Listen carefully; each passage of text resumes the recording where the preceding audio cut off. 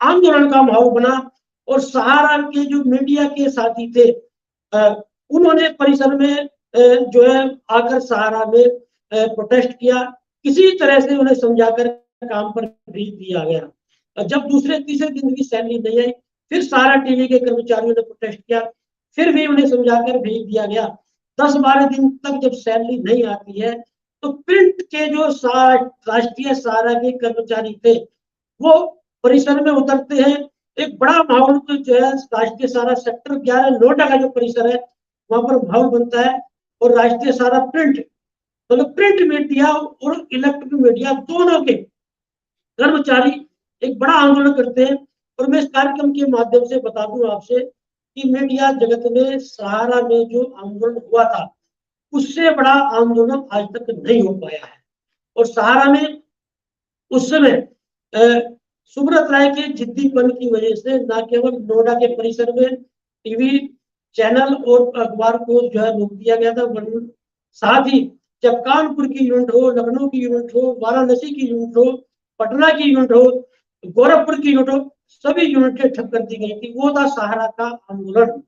और उसके बाद में देखिए सहारा में सुब्रत राय कितने बड़े जो है ये कहा जाए कि ठग है कि उन्होंने जो उस समय अगुवाई कर रहे थे ब्रजपाल चौधरी, एक राजेश कुमार उस समय सीईओ होते थे, उन्हें मनाया और मात्र एक पत्र पर जो है उस आंदोलन को खत्म कर दिया गया। और यही कारण था कि सुब्रत राय जो है कभी भी अपने वादे पे खरे नहीं उतरे हैं। और उसी आंदोलन में यही हुआ, सुब्रत राय ने जल्द ही सैलरी देने की बात कही थी, लेकिन अगले महीने तक जब सैलरी नहीं दी गई, फिर सहारा परिसर में एक बड़ा प्रोटेस्ट होता है और वो प्रोटेस्ट शशि राय और गितार रावत की अगुवाई में होता है। उसी प्रोटेस्ट में सुब्रत राय तिहाड़ जेल में प्रतिनिधिमंडल को बुलाते हैं। वह प्रतिनिधिमंडल जब सुब्रत राय से तिहाड़ जेल में मिलता है तो तब सुब्रत राय एक तरह से धमकी भरे लहजे में उस प्रतिनिधिमंडल को पहले बोलते हैं कि देखो सहारा में एक ही नेता है, वह सुब्रत राय है। लेकिन जो प्रतिनिधिमंडल वो वहां से मन बना कर गया था वो किसी दबाव में नहीं आता है। और बाद में देखा जाता है कि सुब्रत राय जब देखते हैं ये लोग किसी भी दबाव में मेरे आने वाले नहीं है, सुब्रत राय से लंबी बहस होती है उसमें। और उसमें क्योंकि मैं ये कार्यक्रम के माध्यम से खुद बताऊं, उस प्रतिनिधिमंडल में मैं भी मौजूद था, उससे सेबी को 500 करोड़ रुपया देना था और मैंने खुद बोला कि सर 500 करोड़ रुपया आपको देना है। और इसी बीच में मैं आपको बताऊं सुब्रत राय कितने बड़े ठग हैं। जेल में जाने के बाद में एक पत्र उन्होंने अपने कर्मचारियों को लिखा था। उस पत्र में उन्होंने बोला कि आपका स्वाभिमान जेल में बंद है, उसे छुड़ाइए। सुब्रत राय की कितनी भक्ति सहारा में थी कि एक पत्र पर किसी ने पेट काट के, किसी ने पत्नी के जेवर बेच के, किसी ने उधार लेकर कुछ ना कुछ पैसे जमा किए और सुब्रत राय के एक पत्र पर 1250 करोड़ रुपए सहारा में उस समय जमा हुआ था। और मैंने खुद बोला कि सर 500 करोड़ रुपए सेबी को देना है और 1250 करोड़ रुपए, मुझे जो जानकारी है उस पर पैसे जो है आपके पत्र पर जमा हुए हैं, तो क्यों नहीं दे देते। तो सुब्रत राय ने उस समय मैं बताऊं आपसे कि बड़ी बेशर्मी से स्वीकार किया था कि यार चरण सिंह मुझे किसी दूसरे मद में जरूरत थी, इसलिए मुझे वो पत्र लिखना पड़ा। मतलब कितना बड़ा ठग है सुब्रत राय, आप समझ सकते हैं। और यदि आज ठगी की बात हुई तो मैं आपको बता दूं 1999 में जब कारगिल युद्ध होता है तो कारगिल युद्ध में जो हमारे सैनिक शहीद होते हैं तो सुब्रत राय ऐलान करते हैं कि उन शहीद हुए सैनिकों के परिजनों को सारा मदद देगा। करगिल में शहीद हुए सैनिकों को के परिजनों को मदद देने के नाम पर सुब्रत राय 10 साल तक अपने कर्मचारियों से पैसा काटता है। आप अंदाजा लगा लीजिए 10 लाख सदस्यों का परिवार बताने वाले सुब्रत राय ने 10 साल तक अपने ही कर्मचारियों को कितना ठगा होगा।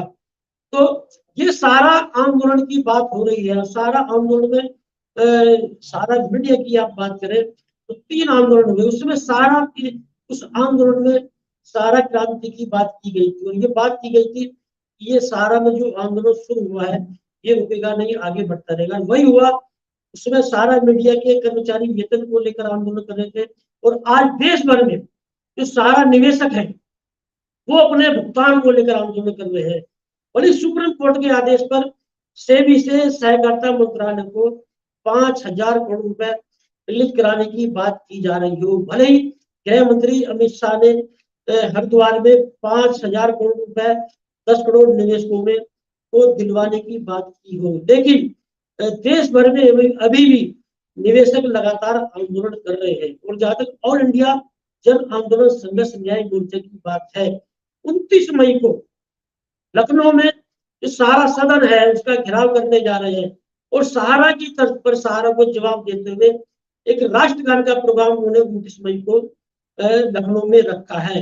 उधर ठगी पीड़ित जमाकर्ता परिवार जिसकी अगुवाई मदन लाल आजाद कर रहे हैं, वो लगातार आंदोलन कर रहे हैं, तीसरी भारत यात्रा पर है, वो बर्ड्स एक्ट के तहत लड़ाई लड़ रहे हैं। मतलब देश भर में सहारा इंडिया के खिलाफ बड़ी लड़ाई लड़ी जा रही है और ये लड़ाई ये माना जा रहा है कि लगभग 2 लाख करोड़ से ऊपर का भुगतान सहारा निवेशकों का सहारा पर है। यह स्थिति आज सहारा की है। मतलब जिस सहारा में सुब्रत राय जो है सीना तान कर बोलते थे कि मैंने लोकतंत्र स्थापित कर रखा है, उसी सहारा में आपने देखा इस तरह का लोकतंत्र था। और यदि आज आप बात करें 2 लाख करोड़ से ऊपर का भुगतान तो सहारा निवेशकों का है ही। जो कर्मचारी है सहारा में उन्हें वेतन देने को तैयार सुब्रत राय नहीं है और जो कर्मचारी रिटायर हो रहे हैं उनका पैसा देने को तैयार नहीं है। मेरे पास लगातार फोन आते हैं कि यहाँ तक कि पीएफ में भी बड़ा घोटाला है। इस कार्यक्रम के माध्यम से मैं आपको बता दूं कि सहारा में 2015 के बाद में पीएफ नहीं काटा गया है। और एक हमारे साथी ने यदि आरटीआई लगाई उसमें बताया गया कि सहारा में कि जब हम लोग सैलरी नहीं दे पा रहे तो पीएफ कहां से काटेंगे, लेकिन फॉर्म 16 में सैलरी देना दर्शाया गया है। और ये भी सामने बातें आ रही है कि फॉर्म 16 जिन सज्जन के नाम से दिया जा रहा है उनका 2 साल पहले निधन हो चुका है। सहारा में कितना गड़बड़ झाला है, पीएफ में कितना घोटाला है, कैसा आंदोलन चल रहा है। तो ये कहा जा सकता है कि सहारा में जो क्रांति हुई है, सहारा में जो आंदोलन हुआ है वो ऐसे ही नहीं हुआ है। जिस सहारा में कर्मचारी कान नहीं फड़फड़ाते थे, जिस सहारा में सुब्रत राय के प्रति इतनी अंधभक्ति की एक पत्र पर 1250 करोड़ रुपया जमा हो गया था, और जिस सहारा में कई किलोमीटर तक सुब्रत राय के पैर छूने के लिए लाइन लगी रहती थी, जिस सहारा में सुब्रत राय के प्रति अंधभक्ति, आज उस सहारा में ऐसी स्थिति क्यों है, ये सुब्रत राय को आज मंथन करना चाहिए। और ये जानकर आश्चर्य होगा आपको, सुप्रीम कोर्ट के आदेश के बावजूद सहारा की एक पैसे की संपत्ति नहीं बिकी है। इतनी बड़ी संपत्ति होने के बावजूद, और सुब्रत राय ने जो अपना परिवार वो मैसेडोनिया में शिफ्ट कर दिया है, तो ये कहा जा सकता है कि आज भी सुब्रत राय निवेशकों का पैसा देने को तैयार नहीं है। तो साथियों, इसी तरह के फिर किसी दूसरे मुद्दे के साथ में हम प्रस्तुत होंगे और इसी तरह की ज्वलंत मुद्दों को हम लोग यहाँ एबीपी टीवी भारत के माध्यम से उठाते रहेंगे।